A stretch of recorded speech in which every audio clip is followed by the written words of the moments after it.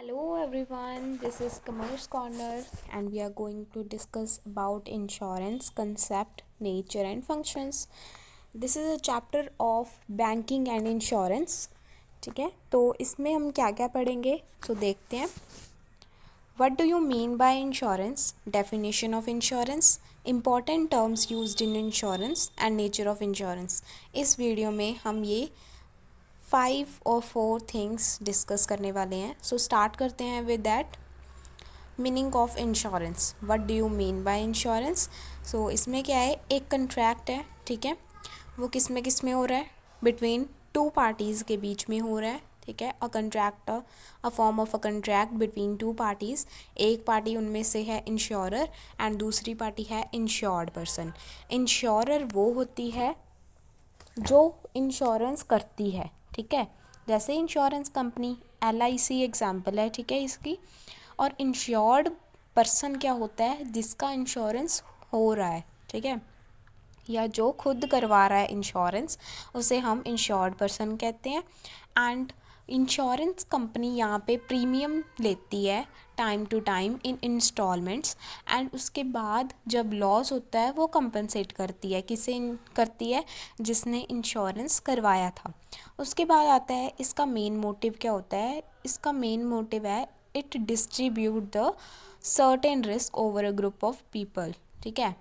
सो इसमें क्या होता है, अगर एक कंपनी में लार्ज नंबर ऑफ पीपल जो हैं वो इंश्योर्ड हैं, ठीक है, उन्होंने इंश्योरेंस करवाई हुई है, तो उनका प्रीमियम की अमाउंट जो है लो हो जाएगी, रिस्क स्प्रेड हो जाएगा, ठीक है. तो इससे इसका ये मोटिव हुआ, एक तो प्रीमियम लो हो जाएगा और उसके बाद जो रिस्क स्प्रेड हो जाएगा, ठीक है. उसके बाद आता है हमारा, एक तो हम कार इंश्योरेंस करवाते हैं, लाइफ इंश्योरेंस करवाते हैं, होम इंश्योरेंस करवाते हैं, marine, health. So these are the types of insurance. इन टाइप्स को हम नेक्स्ट वीडियो में कवर करते हैं. सो नेक्स्ट चलते हैं डेफिनेशन ऑफ इंश्योरेंस की तरफ. इंश्योरेंस क्या होती है?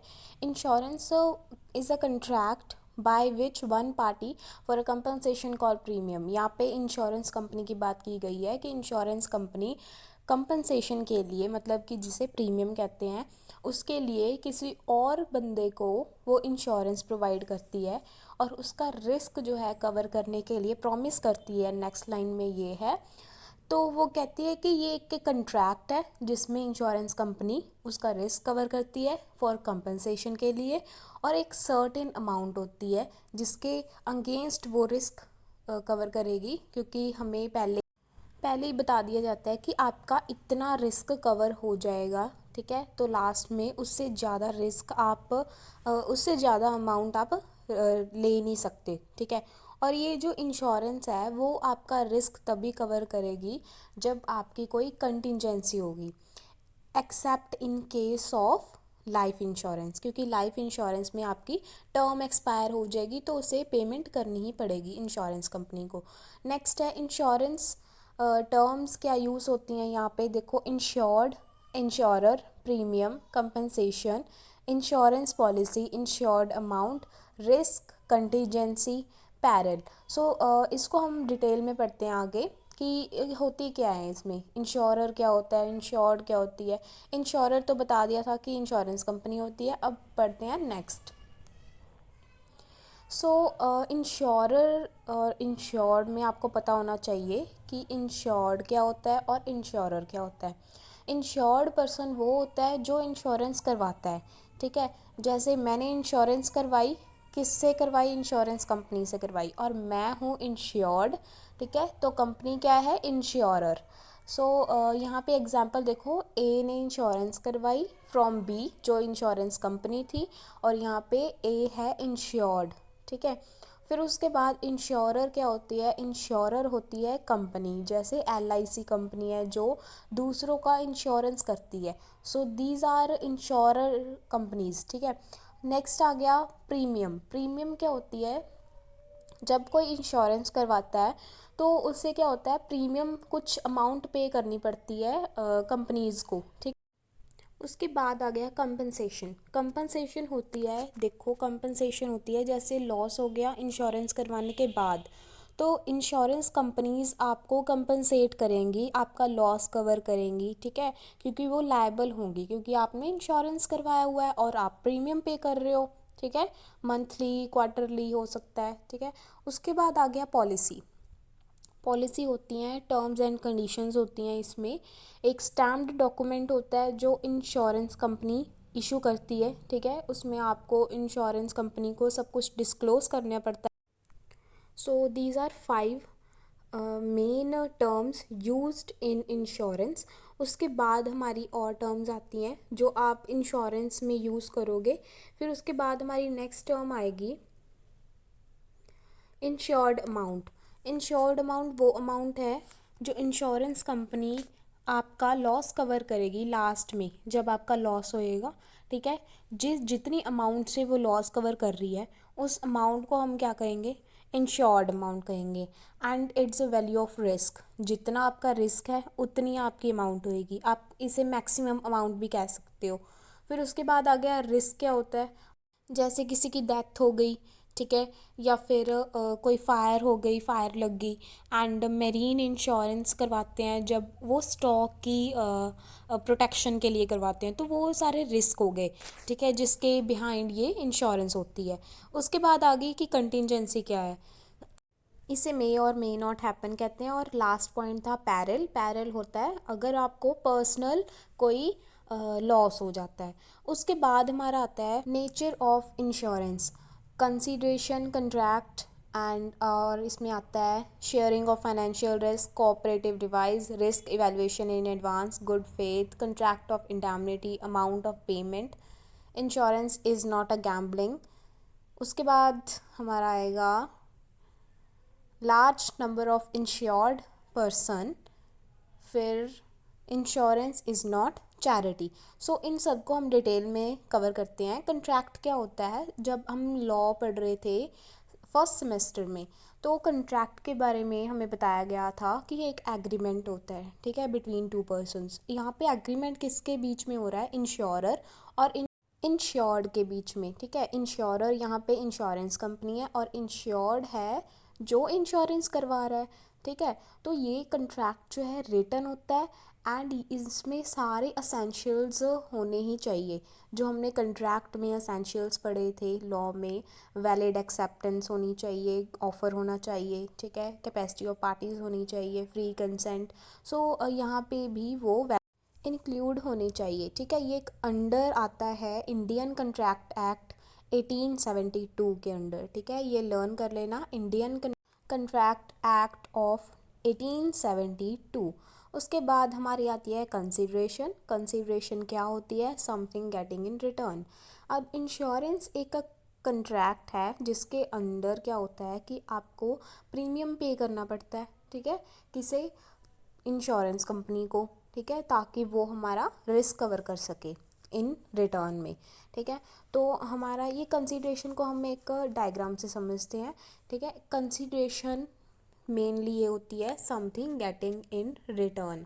तो यहाँ पे देखो सेलर है और बायर है। सेलर ने कुछ गुड्स बेचे बायर को एंड रिटर्न में उसके आ रही है मनी, ठीक है। ऐसे ही बायर ने उस गुड्स को ख़रीदा और मनी दे दी। अब जो बंदा रिसीव कर रहा है, ठीक है, यहाँ पे सेलर क्या रिसीव कर रहा है, सेलर रिसीव कर रहा है मनी एंड बायर रिसीव कर रहा है स्टॉक। एंड यहाँ पे कंसीडरेशन क्या हुई, something getting in return. Return में मतलब कुछ देने के बदले कुछ लेना। यहाँ पे सेलर को क्या मिल रहा है, मनी मिल रही है रिटर्न में, और बायर को मिल रहा है स्टॉक, क्योंकि उसने पैसे दिए थे उसे स्टॉक मिल रहा है। ये आपका लॉ में कोई कंसेप्ट था, ठीक है, कंसीडरेशन का, ओके, कंट्रैक्ट में ही था। एंड अब यहाँ पे क्या इंश्योरेंस कंपनी में क्या इसकी बेनिफिट है ना कंसीडरेशन की। देखो, इंश्योरेंस कंपनी के लिए कंसीडरेशन क्या है, प्रीमियम। प्रीमियम हम पे करते हैं तो उसके लिए कंसीडरेशन प्रीमियम है। जब वो हमारा लॉस कवर करेगा वो हमारे लिए कंसीडरेशन है, क्योंकि हमने इंश्योरेंस ही इस मोटिव से करवाई है कि हम प्रीमियम देंगे उसे, ठीक है, बाद में वो रिस्क हमारा कवर करेगा। तो this is the consideration about insurance company. इसके साथ ही हम नेक्स्ट पॉइंट स्टार्ट करते हैं। नेक्स्ट पॉइंट है हमारा कोऑपरेटिव डिवाइस। कोऑपरेटिव डिवाइस का मतलब क्या है कि जब इंश्योरेंस कंपनी में लॉस कवर करना होता है तो इंक्लूड किया जाता है लार्ज नंबर ऑफ पर्सन्स को, ठीक है। क्योंकि जब आप बहुत सारे बंदों को एक कंपनी में लेके आ जाओगे तो रिस्क क्या है वो डिवाइड हो जाएगा, ठीक है। एक बंदे को रिस्क होगा, ठीक है, तो क्या करेंगे सारे कंपनसेट करेंगे अपने प्रीमियम से। बट ऐसे ही अगर लार्ज नंबर ऑफ पीपल हो गए ना तो आपका जो प्रीमियम की अमाउंट है वो कम हो जाएगी, ठीक है। फिर उसके साथ ही हमारा नेक्स्ट आता है risk involving evaluation in advance. Risk evaluation in advance किस केस में होता है? देखो, जब जब भी रिस्क जो है आपको पता लग गया कि रिस्क जो है जो लॉस होने वाला है वो ज़्यादा है, ठीक है, पहले से बहुत ज़्यादा है, तो प्रीमियम की अमाउंट भी ज़्यादा रखी जाएगी, ठीक है। ये डिपेंड करता है कि लॉस कितना होने वाला है। इन एडवांस सोच लेते हैं अगर आपका स्टॉक ही बहुत महंगा है, ठीक है, जो मेरीन कंट्रैक्ट मेरीन इंश्योरेंस करवाते हैं शिप या कार्गो में, तो वो स्टॉक जो है वो बहुत महंगा है। अगर उनका इंश्योरेंस करवाया तो वो प्रीमियम भी ज़्यादा देना पड़ेगा। सो इसी के साथ ही हम नेक्स्ट स्टार्ट करते हैं। नेक्स्ट है हमारा गुड फेथ। गुड फेथ का मतलब होता है, हिंदी में बता दूं तो ये है जैसे हम सब कुछ बता देते हैं, ठीक है, कुछ भी छुपाना नहीं, ठीक है, तो उसे हम कहते हैं गुड फेथ, डिस्क्लोज़ कर देना किसी के सामने। और इसमें क्या होता है कि इंश्योरेंस कंपनी और इंश्योर्ड पर्सन को दोनों को डिस्क्लोज़ करना पड़ता है। अब इंश्योरेंस कंपनी क्या डिस्क्लोज़ करती है दूसरे बंदे के सामने कि हमारी टर्म्स एंड कंडीशंस ये हैं, आप इसे एक्सेप्ट कर सकते हो, ठीक है। और जो बंदा करवा रहा है वो क्या डिस्क्लोज़ करेगा? अब जैसे उसने हेल्थ इंश्योरेंस करवाई, उससे पहले ही कोई प्रॉब्लम थी तो उसे वो डिस्क्लोज़ करनी पड़ेगी, ठीक है, इंश्योरेंस कंपनी के सामने। उसके बाद हमारा आता है कंट्रैक्ट ऑफ इंडेमनिटी। इंडेमनिटी का कंट्रैक्ट में क्या होता है कि जैसे इंश्योरेंस कंपनी हमारे बिहाफ पे करती है तो उसे हम एक कंट्रैक्ट ऑफ इंडेमनिटी का नेम दिया। फिर उसके बाद हम इसे और क्या एलेबरेट कर सकते हैं, जैसे जो लाइफ इंश्योरेंस है उसको छोड़ के बाकी सारे इंश्योरेंस के कंट्रैक्ट जो हैं वो हैं इंडेमनिटी के कंट्रैक्ट्स। किसे छोड़ के? लाइफ इंश्योरेंस को छोड़ के। क्यों? क्योंकि लाइफ इंश्योरेंस में हमें पता होता है कि कितनी अमाउंट पे करनी है इंश्योरेंस कंपनी ने, एंड उसमें रिस्क भी पता होता है क्योंकि एक तो डेथ हो सकती है या तो टर्म एक्सपायर हो सकती है, दोनों केसेस में आपको अमाउंट पे करनी पड़ेगी, ठीक है।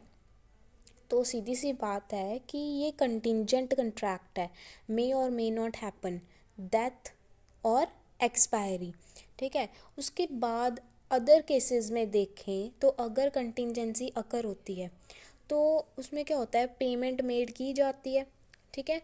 बट अगर कोई कंटिंजेंसी अकर नहीं होती है तो पेमेंट मेड नहीं की जाती है, कुछ अमाउंट नहीं दी जाएगी पॉलिसी होल्डर को, ठीक है। तो इसलिए ही जो लाइफ इंश्योरेंस है उसमें देनी ही पड़ेगी क्योंकि उसमें सिर्फ दो केसेस हैं, एक तो डेथ हो सकती है, एक तो एक्सपायरी होगी, दोनों में ही उसे अमाउंट मिलेगी। बट अदर इंश्योरेंस में उसे अमाउंट नहीं मिलेगी जब तक उसकी कंटिंजेंसी अकर नहीं होती है, ठीक है। So this is a case of contract of indemnity. Indemnity का मतलब है कि आप कंटिंजेंसी पर कुछ पेमेंट मेड कर रहे हो किसी के बिहाफ पे, ठीक है। उसके बाद हमारा आता है payment of amount of payment. Okay, amount of payment depend करती है कि आपका कितना लॉस इनकर्ड है, ठीक है, ड्यू टू रिस्क के कारण कितना लॉस हुआ उस पर डिपेंड करेगी कि कंपनी आपको कितनी कंपनसेट करेगी अमाउंट, ठीक है। कंपनी कितनी कंपनसेट करेगी वो डिपेंड करता है कि आपका लॉस कितना हुआ।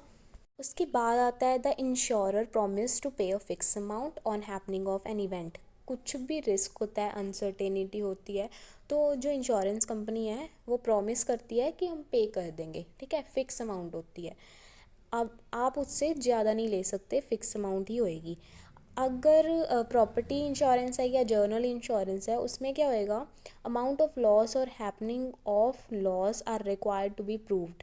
प्रूव करना पड़ेगा कि आपने ये जानबूझ के तो नहीं किया, प्रॉपर्टी को डिस्ट्रॉय तो नहीं किया, आपकी इंटेंशन तो नहीं थी, तो वो प्रूव करना पड़ेगा।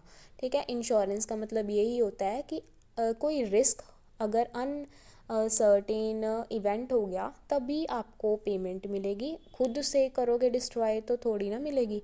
उसके बाद आता है कि अब ये केस लाइफ इंश्योरेंस में नहीं होगा, कि लाइफ इंश्योरेंस में अगर डेथ होती है तो मिलेगी, एक्सपायरी होती है तो मिलेगी। एक्सपायरी टर्म एक्सपायरी होना, ओके। उसके बाद हमारा आता है insurance is not a gambling. Insurance gambling क्यों नहीं है अब? ठीक है, गैम्बलिंग होती है जुआ, ठीक है, जुआ खेलना। और अब इंश्योरेंस क्यों नहीं है, देखते हैं। क्योंकि जो इंश्योर्ड है, इंश्योर्ड समझते हो, जो जिसने इंश्योरेंस करवाई है, his loss indemnified only in the event of occurrence of such uncertain event as stipulated in the contract of insurance। इसका मतलब ये है कि जब कोई अनसर्टेनिटी होएगी तभी उसे अमाउंट मिलेगी, नहीं तो नहीं मिलेगी। ठीक है, जब इंश्योरेंस करवाई गई थी उस कंट्रैक्ट में लिखा गया था कि आपको वही इतनी फिक्स्ड अमाउंट आपके अनसर्टेनिटी में मिलेगी।